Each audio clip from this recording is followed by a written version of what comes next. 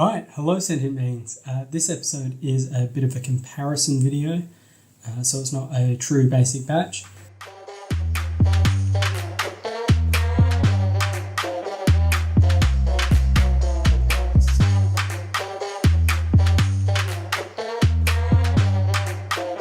In front of me here, as you can see, are two patties. One is the Beyond Meat patty, and the other one is the not quite but still meat patty as well. Because it's a bit of a comparison video, what we're going to do is cook them up in the same way. They are weighed out to be the same size and shape and weight, because I've weighed them. 113 grams for both of them, and they are roughly vaguely the same height and width as well. So I'm trying to make this as fair and even as possible.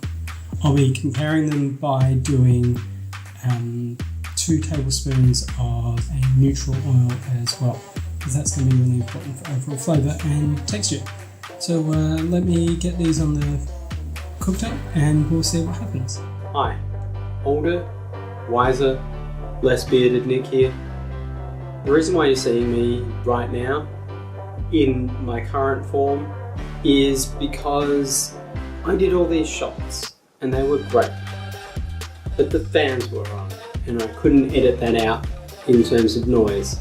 So you're going to be listening and watching me here now as I am, and I'm going to be doing some shots from the B-roll, the phone camera that I had focused on the food. Hopefully this will do a little bit better. I have however taken notes as to what exactly I was saying during that period of time, so this will hopefully not make a difference for you. Okay, so the first thing to note is smell. Now the smell of the Beyond Meat patty is really kind of like a chickpea funk.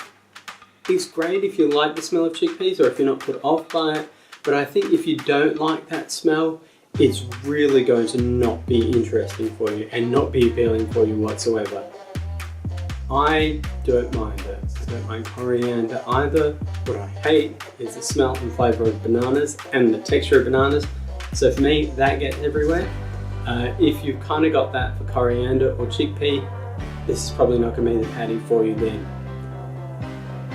The beef, the meaty meat murder one, it smelled like raw ground beef. It smelled fresh, there was nothing wrong with it, it was fine. The second thing to note is the texture.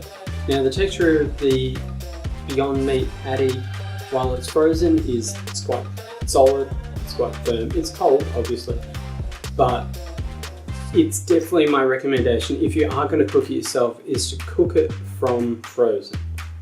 The moment it starts to defrost, it just becomes almost liquidy. It is a paste. For all intents and purposes, it's a paste. It's not pleasant to handle it while it is defrosting. It sticks to the plate as well, so you kind of have to whip it to take it off. Not actually particularly good at all. The texture for the meaty meat murder one, absolutely normal, squidgy, still firm. You can break it apart with your hands, you can remold it, do whatever you want. It is just minced meat, so there's nothing surprising there. The instructions for the Beyond Meat patty state that you should cook it on 3 minutes each side. Now it doesn't specify whether that's on a high or medium heat, whether that's on a big burner or a small burner. What I went with is more of 2 minutes on medium heat on my biggest burner, because I wanted to get that seared texture as quickly as possible while the inside's still cooked. This was done with 2 tablespoons of oil, which I'll admit, yes, is a little bit too much, but it wasn't the end of the world because I was just having the one patty. I tried to do the same thing for the beef, but cooking it for 2 minutes each side was way too long.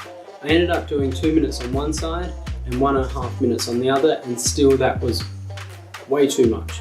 As you can see, the patty, the Beyond Meat one, is more of a medium rare colour on the inside, and that is, I believe, due to the fact that they use beetroot extract, but not 100% sure on that one.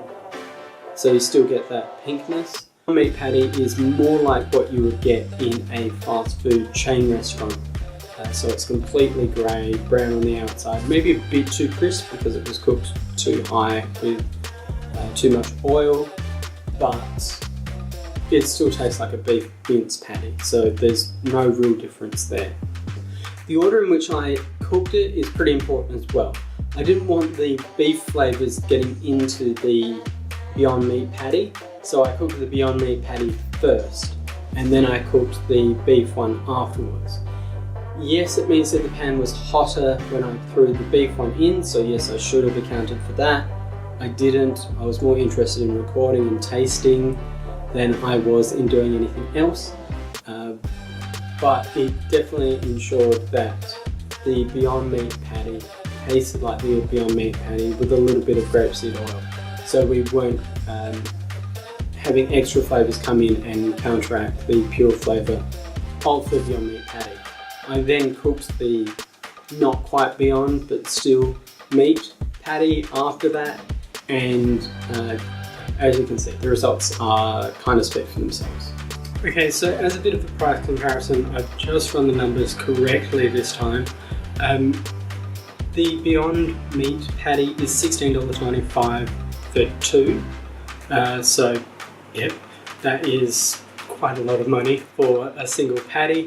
Whereas if I go to Coles and get their frozen patties with goodness knows what's in them, but they say it's beef, it works out to being around about 57 cents per patty. It's $7 for four. So definitely not going to be a main spend thing, at least for now. Maybe once Beyond is producing more and is in more countries, they'll bring the price down. But I never really see it comparing with the cheapness of heavily processed murdery meat. But that being said, it's a really good thing if you're in a vegan restaurant or cafe or burger bar. I know it's certainly in the burger bar chain in Australia called Lord of the Fries, and I would definitely recommend that you try it if you get the chance. Alright, thanks so much for watching Basic Batches. I'm Nick, and hope to catch you again soon.